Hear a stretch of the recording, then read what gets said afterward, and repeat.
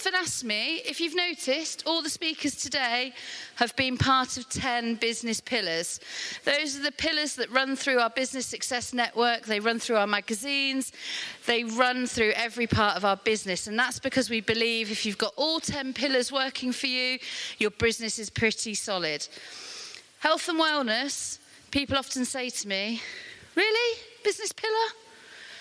It is, because if you're not functioning, your business isn't functioning, etc., etc., etc. So this is a really important key part of your business, part of you, but let's face it, how many of us put us last?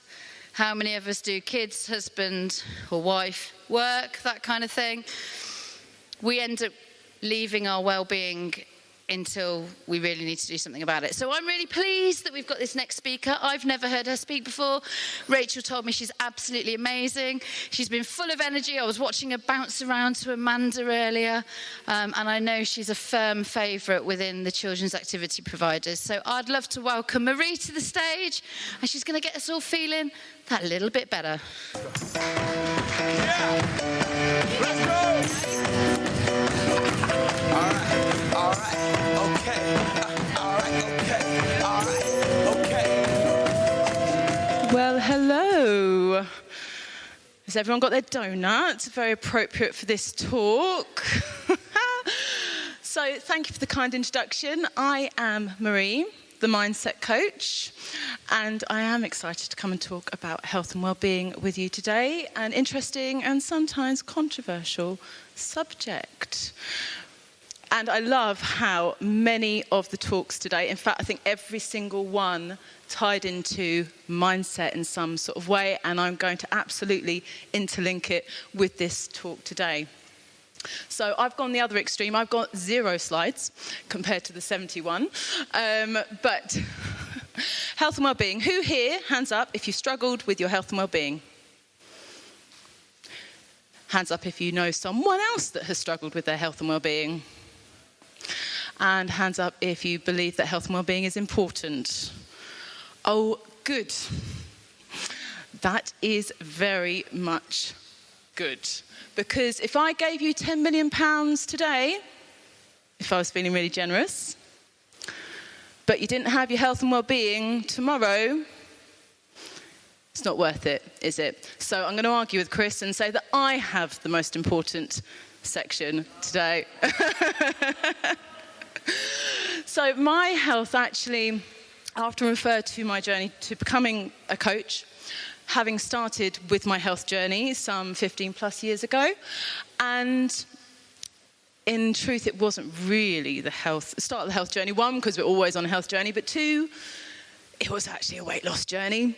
It wasn't about health at all. And I think we all know that healthy weight does not mean that you are healthy.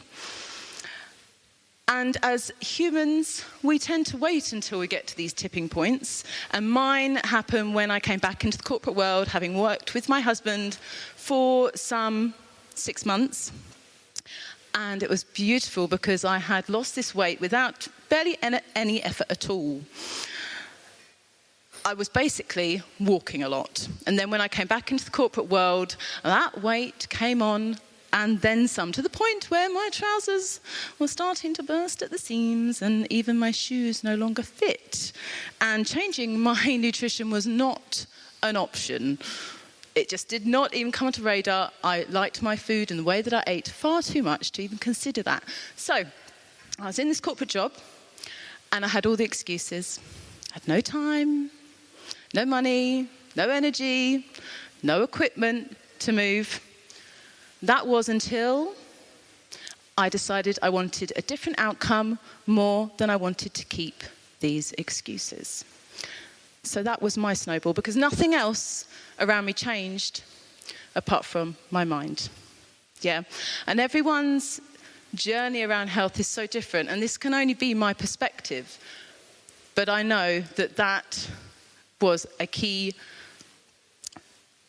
turning point for me, if you like, to understanding my viewpoint around health and then leading where I am today. Because what I have come to realize is that the vast majority of us know at least one thing we could do to improve our health and well-being. Would you agree? So for me, the question is, why are we not doing it? And this is where I can come at it from a slightly different point of view, because that snowball did actually turn into qualifying as a personal trainer. For a little while, I did eventually look at my nutrition and did a number of other courses that eventually led me to where I am. And I think that we are still guilty as a society of looking at these things very separately, whereas in fact, you need all of these key aspects for your health to be healthy. One's missing, you don't have true health, right? So it comes down to how we perceive not just ourselves, but how we feel, and in turn, how we act. And we, as humans, are habitual creatures, thank goodness. Can you imagine having to think about the detail in every single thing that you did every day, as if you were learning a new tech, but in every area of your life? Oh, how exhausting that would be. So that's great that we're habitual creatures. However, we have learned some not so helpful habits along the way. Patterns that don't serve us and where we want to go. So these habits don't just include our actions, because they actually include our thoughts and our feelings. And some of these things we have been thinking for a very long time. And we aren't talking about surface level things like, I haven't got any time, I haven't got any money. We're talking about some deeper stuff that we are unconscious of. Stats show that once you're over the age of 35, 95% of what you think, feel, and do every single day is of the same energy. 95% is a big stat, which based on, maybe not today, but maybe yesterday, I could predict what the day before looked like, and I can probably guess what the day after will look like, unless you're consciously changing it. Even if you change relationships, move house, change businesses, whilst it might be different for a little while, it is quite likely that unless you're conscious of it, you will recreate the same scenarios, have the same experiences, even the same characters in your life. So all of those triggers in our environment, we want to become aware of, because we're seeing the same people, going to the same places, and consuming the same sort of media. That's quite a big one. And these are all impacting how you think, and all reaffirming our existing beliefs. So in order to change your reality, you actually need to change your personality. That can be a little bit uncomfortable. You might be like, Marie, I actually quite like myself. I'm not saying that you're not brilliant, but I am saying that if you want a different outcome, then you need to change that. And so it's not just uncomfortable for you, it can actually be a little bit uncomfortable for the people around you. If you're the first to get the beers in on a Friday night and then you decide you're not drinking, someone's probably going to have something to say. Same with your food. So you have to decide whether you want a different outcome more than you want to keep your current reality. You have to decide whether you're going to wait for that tipping point, or whether you are going to make those little changes now that will be that snowball, a little bit like me. So is it making a big, hard decision, or making smaller, easier ones that take you in the right direction today and make lasting changes? But it does have to be a change that you want to do.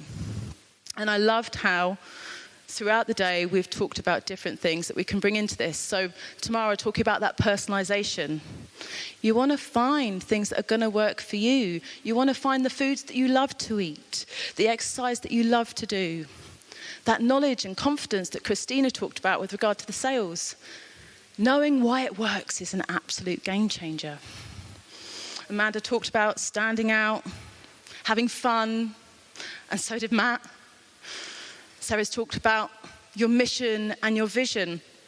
None of that matters if you don't have you in it. It has to light you up. So bring that into your health and well-being. Stefan talked about that connection to other people. I can tell you, if you start connecting to yourself a little bit more, have a better relationship with yourself, that will show up just as positively. You will essentially, subconsciously, being saying to yourself that you are worth it. John talked about failure. He also talked about you don't see other people's journey before where they are in front of you today. So many of us make assumptions about other people's journeys. You don't know their story. And the only story that really matters to you should be your own. And Tim and Chris talked about those systems, beautiful systems. And Christina talked about the A and the B personality. Knowing what you're going to do is going to be much easier than going, I hope I have time to go to the gym later. It's an absolute game changer to get that clarity in that direction, so you don't have to put that brain power into it. It'll be much, much easier. So, as I say, you have to want to do it. And that snowball will start to get a little bit of momentum. Now, often when people make changes, they think about taking things away. So if I tell you you can't have your chocolate or your booze, what do you want to do? Go and eat all the chocolate? Get that last wine down?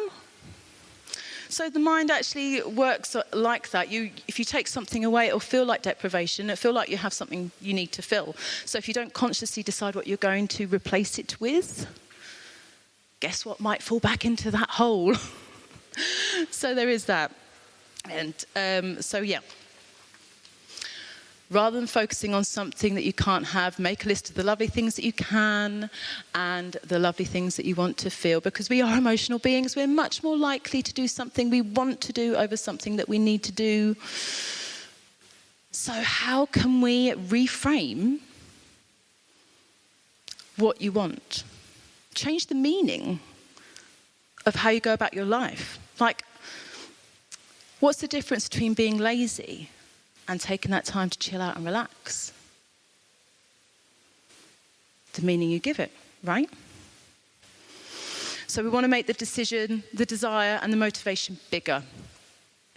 You're much more likely also to avoid pain, potential pain, over potential pleasure, even if you're statistically much more likely to get that positive outcome. This is that protective part of your mind. Protection from potential judgment, potential disappointment, whether that be for yourself or for other people. And I've got actually 80% of the things you worry about, potentials, don't ever happen. Excuse me. So much of our life experience comes back down to how we feel about ourselves and the meaning that we give our experiences. And what's worse is that we don't actually help how we think about ourselves, because as Stacey touched on, we're often putting everything and everyone else ahead of ourselves. In essence, saying subconsciously that we're not as important. But I'm telling you that you are going to have to change that. You must be selfish. It's so important. And I promise you, when you start to do this, the world around you will reflect it. You start prioritizing your time, your money, your health, other people will start to respond. And I'd love for you to consider how this shows up in your life. Perhaps times when you felt underpaid, underappreciated. How are you actually feeling about yourself? Were you feeling that you were very much worth it? Or was there a part of you that was actually a little bit skeptical of it? Only when we become conscious of ourselves and our choices and the fact that we can change them, can we make the change. So, for example, one of my clients the other day said to me, Marie, I want to go to bed earlier. I'm getting later and later and later. I said, okay, so why do you want to go to bed earlier? She looked at me a bit like, what? I wasn't expecting you to ask me that. I could give you all the reasons that I want to stay up later. but she hadn't thought about why she wanted to go to bed earlier. So what are the chances of her actually going to bed earlier when she's got all the reasons listed to stay up later? She wanted time to herself. She wanted to have that space for the business mind and everything else. And I said to her, well, okay, so let's start building that evidence to why you want to go to bed earlier. You want to feel restored, nourished, rebalanced, all of that good stuff. What other areas could you do this with? Perhaps food prep. A lot of us might be like, I don't want to spend an afternoon prepping my food for the week, rather than thinking about how that food prep could save us time within the week. It could keep us on plan. It could save us money. You get the idea. Now, I'm not going to tell you have to go and food prep, but I'm saying you need to find out what works for you, and you can change how you feel about these areas just by a little change of focus, a few different words. Can you see how that changed the feeling? Just a little bit of focus. And indeed, new knowledge, like Christina said earlier. For me, like knowledge around meditation changed the game. Rather than thinking, I really should meditate. Everyone's telling me I should meditate.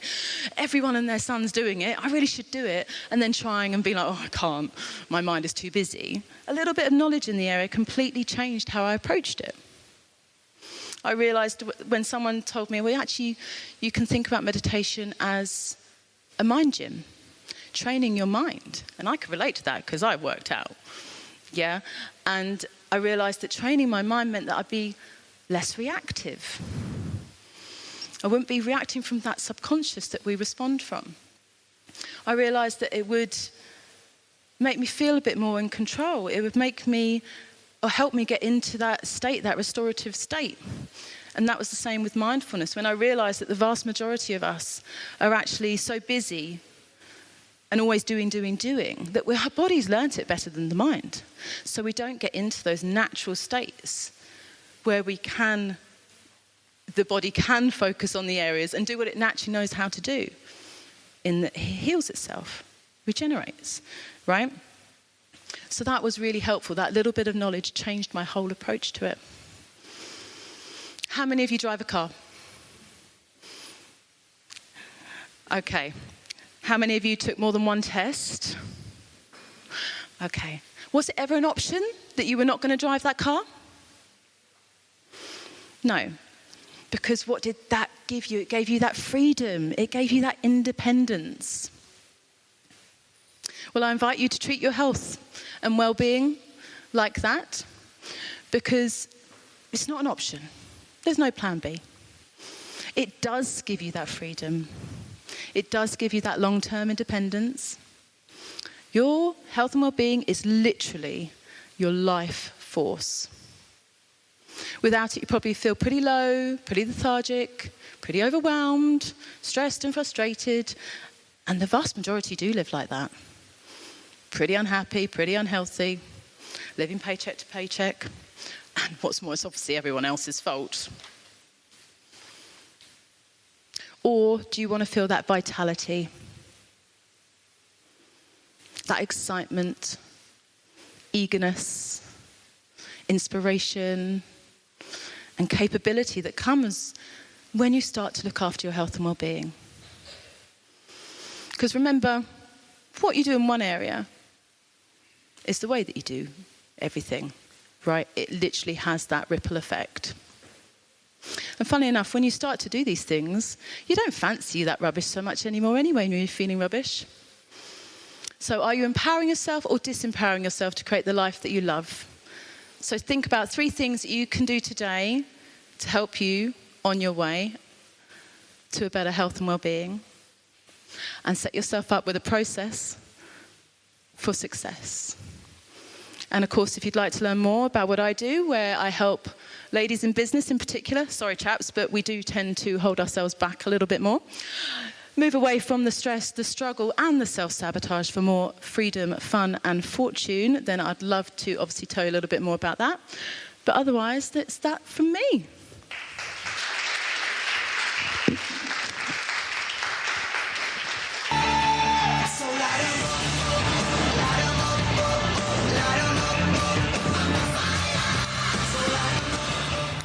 Okay, thank you so much, Marie. Yeah, we always neglect our health and well-being, so it's a really important subject.